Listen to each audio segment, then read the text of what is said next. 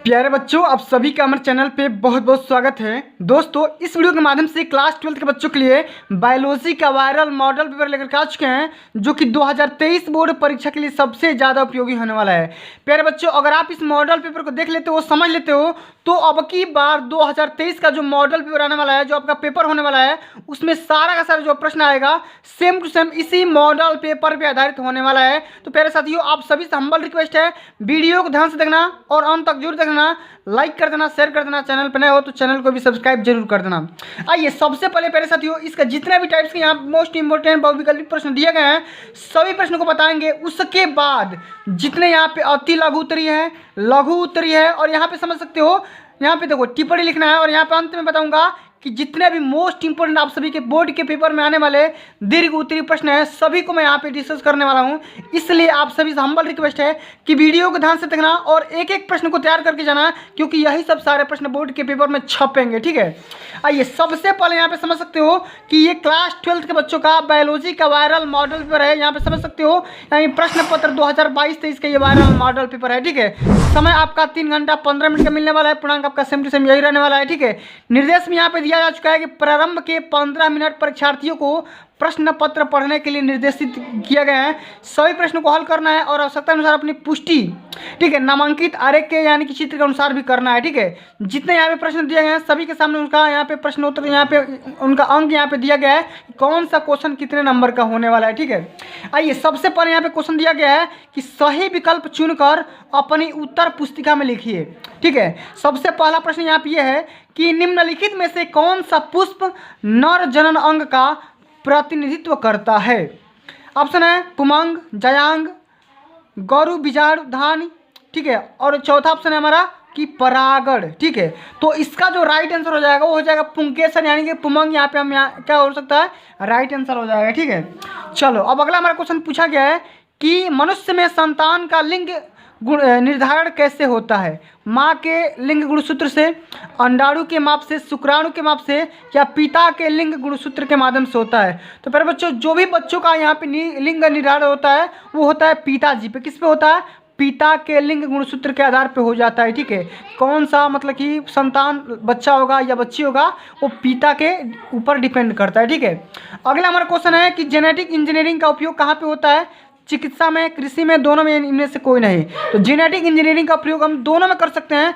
एक तो चिकित्सा के रूप में भी कर सकते हैं और कृषि के रूप में भी किया जाता है, जैसे मटर पे किया गया था। ठीक है, तो इसका जो ऑप्शन नंबर है तीसरा का सत्य हो जाएगा। ठीक है, चलो, अगला हमारा क्वेश्चन है कि लाइकेन जो पारिस्थितिक अनुक्रम को प्रारंभ करने में सक्षम है, वास्तव में यह सहजीवी सहचर्य है। शैवाल और जीवाणु, शैवाल और कवक, जीवाणु और कवक, कवक और फंजाई। तो इसका राइट आंसर होगा शैवाल और कवक, यानी कि ऑप्शन नंबर सेकंड सत्य हो जाएगा। ठीक है, अब हम प्यारे साथियों डिस्कस करेंगे अति लघु उत्तरीय प्रश्न को। जितना क्वेश्चन बता रहा हूँ सारे के सारे मोस्ट इंपोर्टेंट क्वेश्चन है। सभी क्वेश्चन को बोर्ड के पेपर के लिए तैयार करके जाना है, तभी अच्छे अंक स्कोर कर पाओगे। ठीक है, आइए, सबसे पहले यहाँ पे क्वेश्चन है 1 नंबर का है कि क्लाइनफेल्टर एवं टर्नर सिंड्रोम में गुणसूत्रों की संख्या कितनी होती है, उसके बारे में लिखना है। सबसे पहले आप सभी को ये बताना है कि क्लाइनफेल्टर में कितना गुणसूत्र होता है और टर्नर सिंड्रोम में कितने गुणसूत्र होते हैं। खाली संख्या लिख देना, 1 नंबर यहाँ से मिल जाएंगे।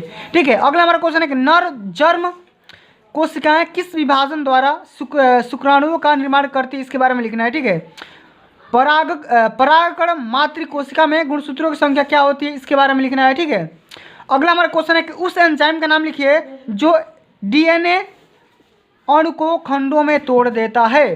ठीक है, तो कौन सा एंजाइम है जो क्या करता है, डीएनए को क्या करता है, एक अणु के रूप में क्या कर देता है, तोड़ देता है। ठीक है, अगला हमारा क्वेश्चन है कि कार्बन डाइऑक्साइड का स्थिरीकरण करने के लिए कौन से पौधे का हम क्या बोलते हैं, उसके बारे में लिखना है। उस पौधे का क्या बोलते हैं उसके बारे में लिखना है। ठीक है, अब हम बात करेंगे लघु उत्तरीय क्वेश्चन के बारे में, जो कि फर्स्ट नंबर यहाँ पे क्वेश्चन है कि पक्षियों में लिंग निर्धारण को स्पष्ट करिए, कि पक्षियों में कैसे होता है, इसके बारे में स्पष्ट करना है, लिखना है। वाटसन तथा क्रिक द्वारा प्रस्तुत डीएनए के द्विकुंडलित मॉडल का स्वच्छ नामांकित चित्र बनाइए। ठीक है, कि जो भी ने यहाँ पे अपने यहाँ पे मॉडल का क्या करना है, यहाँ पे फिगर बना देना है। ठीक है, प्रतिरक्षा क्या होता है इसके बारे में लिखना है, कि रोगों से लड़ने के लिए जो भी हमारे पास मतलब सिस्टम होता है उसके बारे में यहाँ पे लिख देना है। आर्किड पौधा आम के पेड़ की शाखा पर उग रहा है, आर्किड और आम के पेड़ के बीच पारस्परिक क्रिया को आप कैसे स्पष्ट कर सकते हैं, इसके बारे में लिखना है। ठीक है, अगला हमारा क्वेश्चन है कि जैविक अनुक्रिया के तरीकों का स्वच्छ आरेखीय निरूपण यहाँ पे दर्शाइए। तो प्यारे साथियों, जितना क्वेश्चन बता रहा हूँ सारे के सारे मोस्ट इंपोर्टेंट है, और अब की बार बोर्ड के पेपर में ये वायरल मॉडल पेपर लेकर के आ चुका हूँ। ठीक है, और यही सब सारे क्वेश्चन आएंगे, सभी क्वेश्चन को तैयार जरूर करना है। अगला हमारा क्वेश्चन है कि लघु बीजाणुधानी तथा गुरु बीजाणुधानी के बीच 3 अंतर को स्पष्ट करना है, कोई मेजर 3 डिफरेंस यहाँ पे लिख देना है। अगला हमारा क्वेश्चन है कि हमारे समाज में लड़कियां पैदा होने पर दोष केवल महिलाओं को दिया जाता है, बताइए कि यह क्यों सही नहीं है, इसके बारे में आप क्या करना है, लिख देना है। ठीक है, 3 नंबर यहाँ से मिल जाएंगे। एक संकर क्रॉस का प्रयोग करते हुए मेंडल के प्रभाविता का नियम यहाँ पे लिखिए। ठीक है, 3 नंबर यहाँ से मिलेंगे। अगला हमारा क्वेश्चन है कि डीएनए कुंडलनी की कौन सी विशेषता ने वाटसन व क्रिक को डीएनए प्रतिरूपी या प्रतिकृति के सेमी कंजर्वेटिव रूप में कल्पित करने में सहयोग किया और इसकी व्याख्या करिए। ठीक है, तो ये भी क्वेश्चन मोस्ट इंपोर्टेंट है और बोर्ड के पेपर में कई बार पूछा जा चुका है। ठीक है, अगला हमारा क्वेश्चन है खाली निम्नांकित चित्र बनाना है। जैसे जीव विज्ञान के अध्ययन के संक्रामक रोगों को नियंत्रण करने के लिए हमारी क्या मतलब की सहायता होती है, इसके बारे में लिख देना है। ठीक है, ये हमारा क्वेश्चन है कि मलेरिया परजीवी के जीवन चक्र पर स्वच्छ एवं नामांकित चित्र बनाना है। ठीक है, अगला हमारा क्वेश्चन है कि जैव उर्वरक किस प्रकार से मृदा की उर्वरकता को बढ़ावा देते हैं, इसके बारे में लिखना है। ठीक है, अगला ये भी क्वेश्चन मोस्ट इंपोर्टेंट है कि वैक्यूलोवायरेसिस क्या होता है, इसके बारे में लिख देना है। ठीक है, अगला हमारा क्वेश्चन यहाँ पे ये टिप्पणी लिखना है, पीसीआर टेस्ट क्या होता है, प्रतिबंध एंजाइम क्या होता है। ठीक है, इसके बारे में खाली टिप्पणी लिखना है, 4 लाइन लिख दोगे, यहाँ पे नंबर मिल जाएंगे। ठीक है, अगला हमारा क्वेश्चन है कि जैव प्रौद्योगिकी का कृषि क्षेत्र में क्या उपयोग है, इसके बारे में लिखना है। परजीवी जंतु से आप क्या समझते हैं, कोई एक एग्जाम्पल दीजिए। यहाँ पे अंतर स्पष्ट करना है कि शीत निष्क्रियता और ग्रीष्म निष्क्रियता क्या क्या होता है, इसके बारे में लिखना है।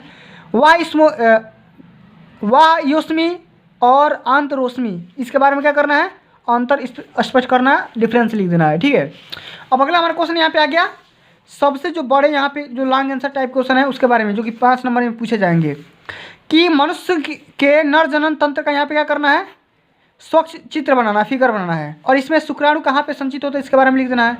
या अगर ये नहीं आ रहा तो ये भी कर सकते हो कि पुष्पी पादपों में लघु बीजाणु जनन का स्वच्छ चित्र बनाना है। ये कर सकते हो कि अनुवांशिक कूट क्या होता है, इसके बारे में लिखना है, किसी मुख्य विशेषताओं का वर्णन करना है। ठीक है, अगला हमारा क्वेश्चन अगर ये नहीं कर सकते हो तो ये भी कर लो। ठीक है, दोनों क्वेश्चन एक ही है। अगला यहाँ पे क्वेश्चन आ रहा है कि अनुकूलन को परिभाषित करिए, एग्जाम्पल के साथ भी इसका वर्णन करिए। ठीक है, तो ये कर सकते हो या तो ये करो कि किसी भौगोलिक क्षेत्र में जाति क्षति के मुख्य कारण कौन कौन से, इसके बारे में लिख देना है। तो पहले साथियों, अगर इस 9 प्रश्न को तैयार कर लेते हो, ठीक है, जितना प्रश्न मैंने बताया है, अगर इस सारे प्रश्न को तैयार कर लेते हो तो बोर्ड के पेपर में आपका 90% पक्का हो जाएगा। इसी में से प्रश्न आएंगे, इससे बाहर नहीं आने वाले हैं। ठीक है, तो मेरे बच्चों आज के लिए बस इतना ही, मिलते हैं अगली वीडियो में। अगर इसका सॉल्यूशन चाहते हैं तो एक बार कमेंट करके लिख दो सॉल्यूशन, मैं इसका तुरंत सॉल्यूशन भी अपलोड कर दूंगा। ठीक है, तो मिलते हैं अगली वीडियो में, तब तक के लिए जय हिंद, जय भारत, वंदे मातरम।